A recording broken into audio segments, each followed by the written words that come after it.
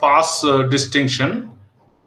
So I was telling you that we'll be coming out with a nested if function. So we know that if it is more than 69, let's say if the total marks is greater than 69. So if it is greater than 69, then I'm asking Excel to return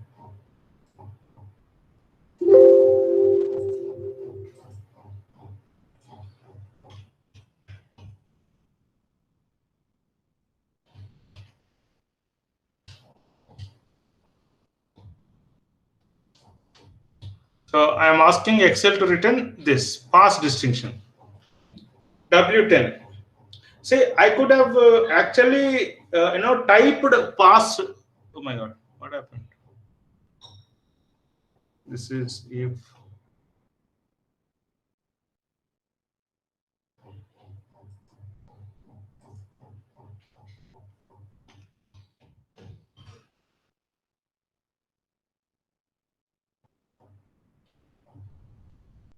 greater than 69.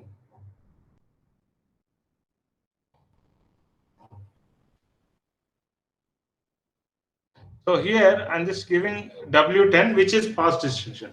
So I could have written actually a pass distinction. I would have typed pass distinction instead of W10. So now, which do you think is a good method of doing? Should I refer it to W10 or I should have typed a pass distinction? W10. W10. W10. Why is it the right method? Why is it good? Because if someone uses another term other than pass distinction, then we can just update here pass distinction. That's enough, sir. Yeah. So this is called soft coding versus hard coding. So when I want some result, to the extent possible, that result has to be stored in a cell, and wherever you want that result, you refer to that cell. Similarly, whenever I need to input some value, it's always good that this value is stored at a place, and you refer to that cell where this value is stored. So, right? So that if you were to change that value at a later date, then it will be easy for you to change it at one place rather than changing in all the places where this has been referred to. So writing pass distinction is hard coding. Instead, referring it to W10 and storing pass distinction in the cell W10 is called soft coding. Now you see, as you see, the formula is progressing. Can make a very quick correction somewhere in the formula that we have written thus far?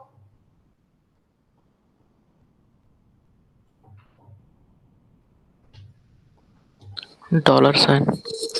No. With respect to soft and hard coding, in what you see, the formula is written thus far is if O3 is greater than 69, then return the value W10. So in this code that we have written thus far, do you still see there is a soft versus hard coding issue? Yes, sir. Yes, sir. That's 69. 69 value 69. can be stored in a cell. So instead of saying O3 is greater than 69, I would say if O3 is greater than V10, then in V10 I will be storing 69. Of course, currently it is 70. We can store here 69. Is this clear now? So this you remember and always try to practice this. Right. Now let us come back to the if function logic. Right. If O3 is greater than V10, which essentially means if 57 is more than 69, right, give pass distinction. Otherwise, what it should do? Otherwise, should it say it is fail?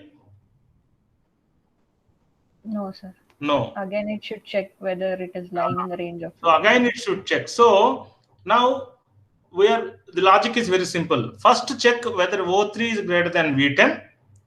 If this test is passed, that means if O3 is greater than V10, you return me what is there in W10, that is pass distinction. And if this test is passed, if the value is true, then the function terminates there. If it is not terminating there, as is the case currently that we are seeing, because it is 57, which is not greater than 69, then we can ask Excel to check once again. Again, if here. Again, if O3 is greater than, this time I'll give V11, where I'll be storing 49. Here I'll be storing 49. If it is greater than V11, 49, right? Then what?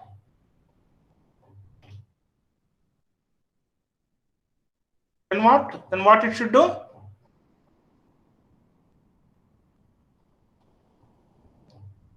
See, if it is not more than 69, he is not passed in distinction. But it is not more than 69, but if it's 49, what does it mean? He is a pass. Pass. So give this cell here, right?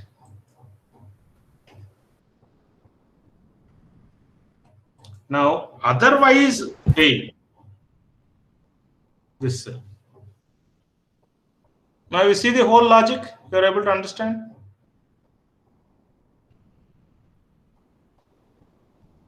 Click OK.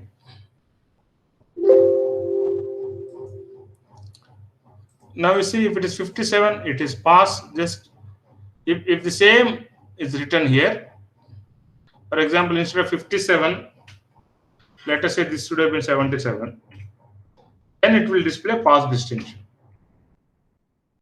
So now just see what we are doing.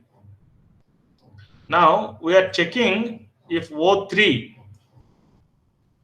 or I'll say I'll put it in the normal language. I say M for marks. So what we are checking, whether marks is more than 69. Yes, it is 69. Then you get this result, pass distinction. If it is no, then it will check whether marks is more than 49. Yes, you will get result as pass. Otherwise, you get result as fail.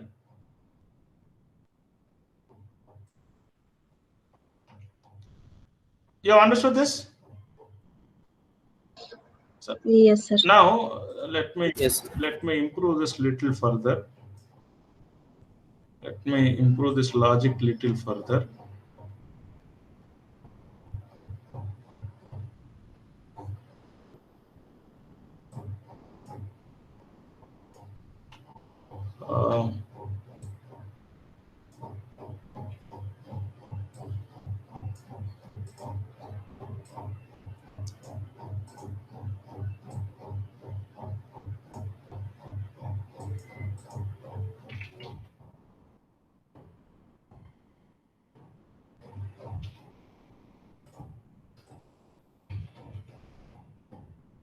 See what is happening.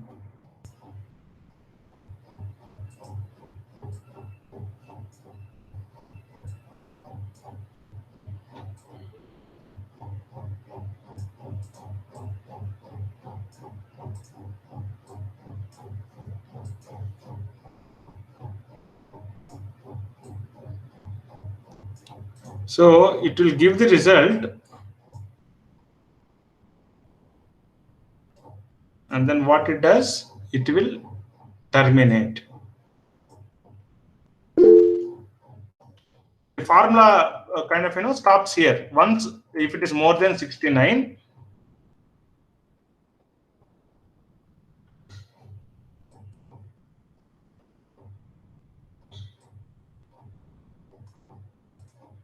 it will end. I think people who are from computer science should tell me there is a symbol for end. What is that?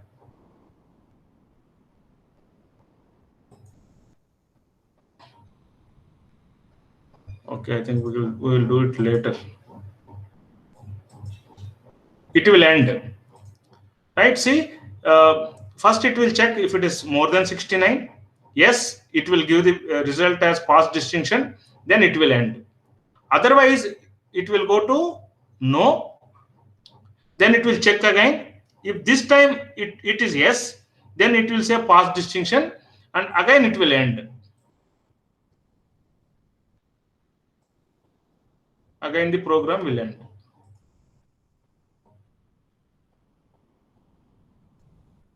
Otherwise, then it will check. Otherwise, if it is yes, the program will end giving a result pass. Otherwise, the program will end giving a result fail. This is perfect flowchart. Now you look at the diagram and see whether you have understood.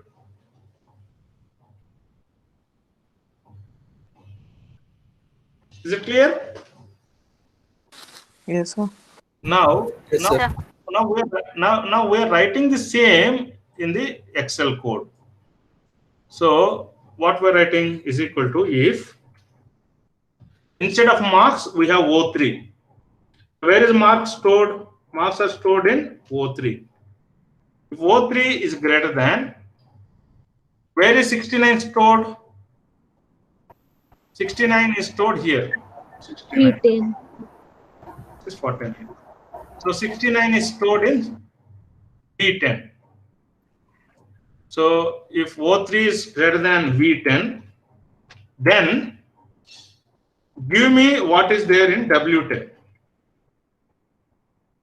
Then give me what is there in W10. Otherwise, check again. Again, check if O3 is greater than V10. O3 is greater than V10 or V11. Where is 49? 49 is in V11. Huh? V3 is greater than V11. Then give me what is stored in W11. Otherwise, give me what is stored in W12. This is the logic. Is this understood, please? Yes, sir. Yes, sir. So I'll be sharing this flow chart also with you so that you can relate to that later.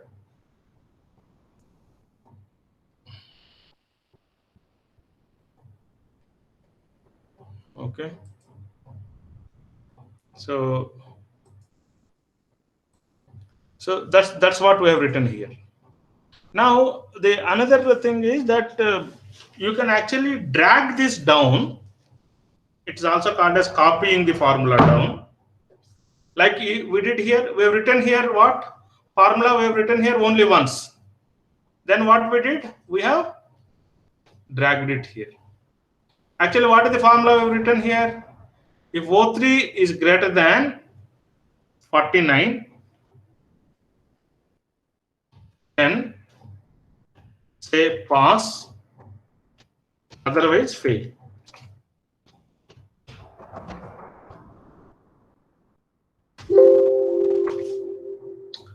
This is what we have written. Just to see what is the formula there, you can actually, I'll display it to here.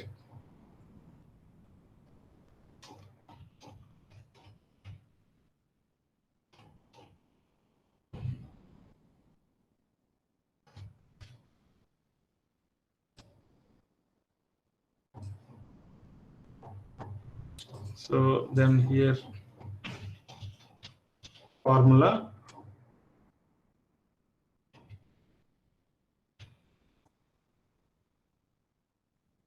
just look at this,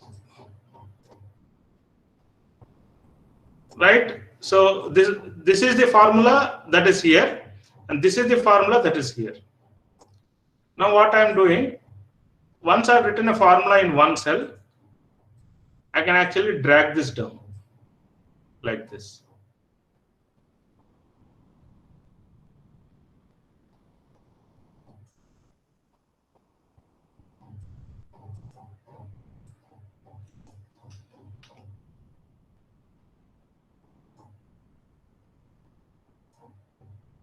Here. Why is it changing like that?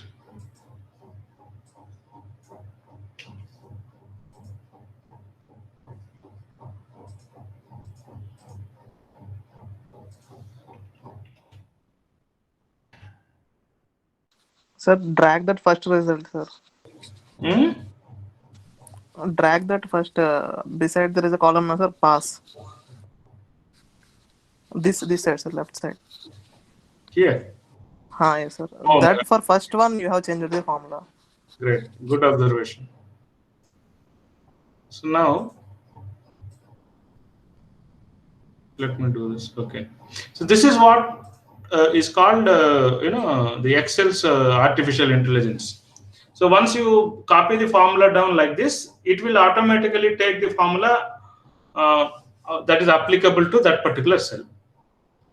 Now let me do it here. So is there any change in the result? 57 is pass, 70 is pass, 78 is pass, 37 is fail. Perfectly, it is working. Now if I do it here, the same thing here, I'm getting all kinds of absurd values. 78 should have been what? Pass distinction. 70 should have been Pass distinction. But I got it as pass. Now the problem is not in this first line that we have written. The first cell, the formula is perfect. But while I have tried to copy that to different cells, something happened with the formula, and now I am getting an absurd value. Just to tell you what is happening with the formula, now let us observe. So I have written the formula in this cell, and when I am copying the formula to the next cell, what is happening to my values? Remember, we refer to the a cell in Excel, the address with two coordinates. One coordinate is the alphabet that you see the column wise, right? You have column A, B, C, D, E, F. The columns are represented with alphabets, and rows are represented with numbers 1, 2, 3, 4. So every cell has an address. See this, the address of this cell is Q1, column Q, row 1. That is called the address of this cell. So address of this cell is O3. That's what we have used here. O3 is equal to greater than or equal to 49. Now, what is happening to the addresses when we are copying the formulas?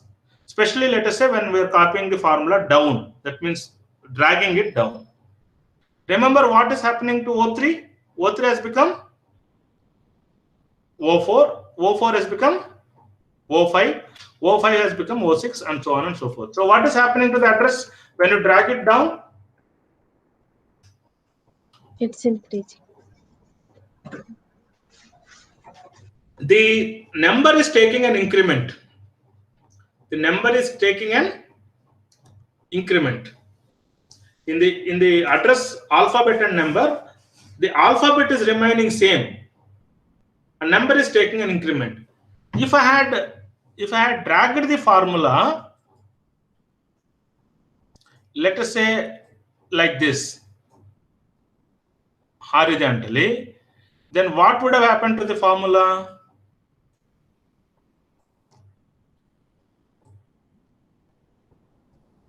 You see here, what happened to the formula? O3 has become P3. P3. Y10 has become Z10. Right? Z10 has become AA10. That means what? When I drag the formula onto the columns horizontally, the alphabet will take increment, whereas the number remains the same.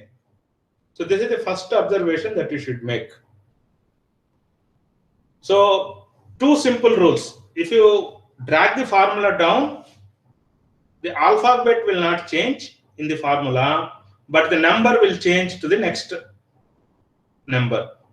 Whereas when you drag the formula horizontally, the number remains the same, but alphabet will take a increment.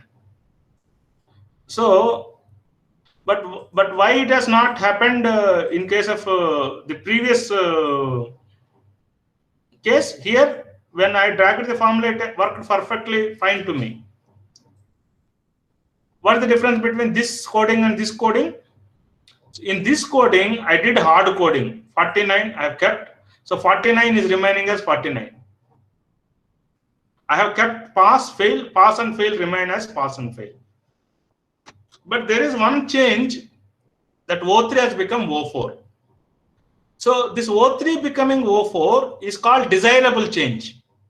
Actually, in the first row, I should be testing whether 57 is more than 49. But whereas in the second cell, I should be checking whether 70 is more than 49. So the O3 becoming O4 is what? A desirable change.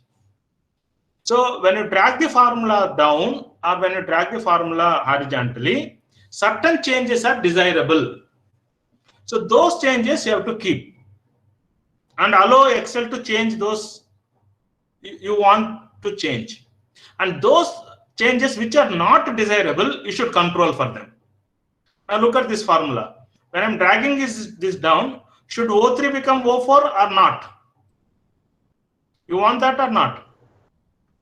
Yes, sir. You want that because the marks that you are asking Excel to test is different. So here in the first case, you are testing whether O3 is more than some mark. Next stage, next cell, next row, you are testing O4 is more than that. Now, okay, so O3 becoming O4, O5, O6 is desirable. I want it, so don't change it in the formula. Now, what is happening? V10 is becoming V11. So that means 67. First, it is in the first cell. It is testing for 69. Whereas when it went to the next row, it started testing for 49. You want this change, or you want always the test to begin with checking 69?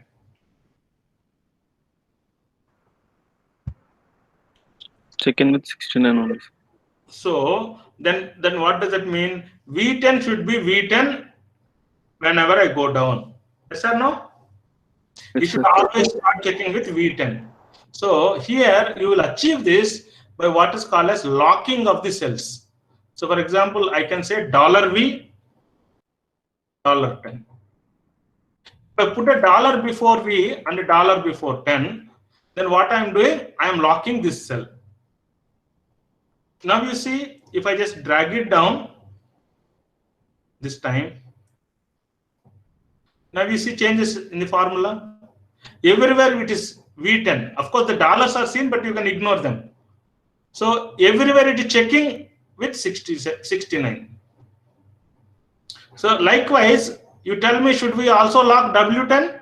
If it is more than 69, you always want W10, right? Yes, sir. So lock W10 also by putting $W, $10, 10. Again, then if O3, should I put any dollar here, O3? No. No, sir. No, sir. So then again, if O3 is greater than $V, then $10. Again, it should check with $10. Then, sorry, $11, right? Now this time it is 11. It should check with 49. Then it should always return me $W, $11. Otherwise, it should return me $W, $2. So by putting dollars before the alphabet and before the numeral, I say I have locked the cells. If you have locked these cells, then locked undesirable changes. But we didn't lock O3. We have left O3 because we want O3 to take an increment. Now we see whether you are getting the results perfectly or not. So 57 is pass, yes. 70 is pass with distinction. 78 is pass with distinction. 57 is pass but not pass with distinction. 37 is fail. So now your formula is perfectly working here. Now tell me, is it a good option to use hard code so that you need not worry about dollars, or is it good option to use soft code and worry about the dollar?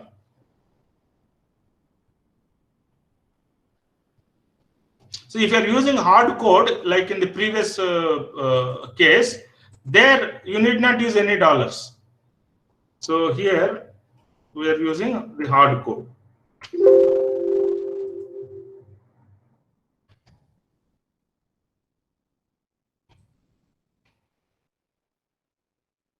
See here, in this formula, we are not using any dollars. But if I have used the soft code here, that means instead of writing it as pass, instead of saying it is 49, if I have used this cell reference, let us say instead of 49, if I would have said, right, W4, and instead of pass, I would have said X4, instead of file, I would have said X5. So if I change in place of 49, right, W4, in the place of pass, X4, in the place of fail, Y4, then when I drag, I'll have problems. Then I should lock it with dollars. Now tell me which of these two approaches you think is a good approach. One, do hard coding so that you need not worry about locking of the cells. Two, no, you should soft code even if you are required to put up dollars and learn the logic of how to put the dollars. Which is soft code and dollars. Soft code. Soft code, sir. Why you want to work hard? To avoid further problems when somebody wants to change something. It will be enough if there's change in their one cell. Yeah. So putting dollars is not a big deal. One can master it very easily. First point. Second point, hard coding will save you a fraction of time of not putting dollars, but later can create problems that you are required to invest a lot of time to solve. Though soft coding requires putting dollars, technique of putting dollars and learning how to put dollars, but the benefits of such difficulty overweigh. That means you will have a lot of other comforts if you use soft code. So the point to be made is, though soft code requires putting of dollars, we should always go on use soft code, not just hard code.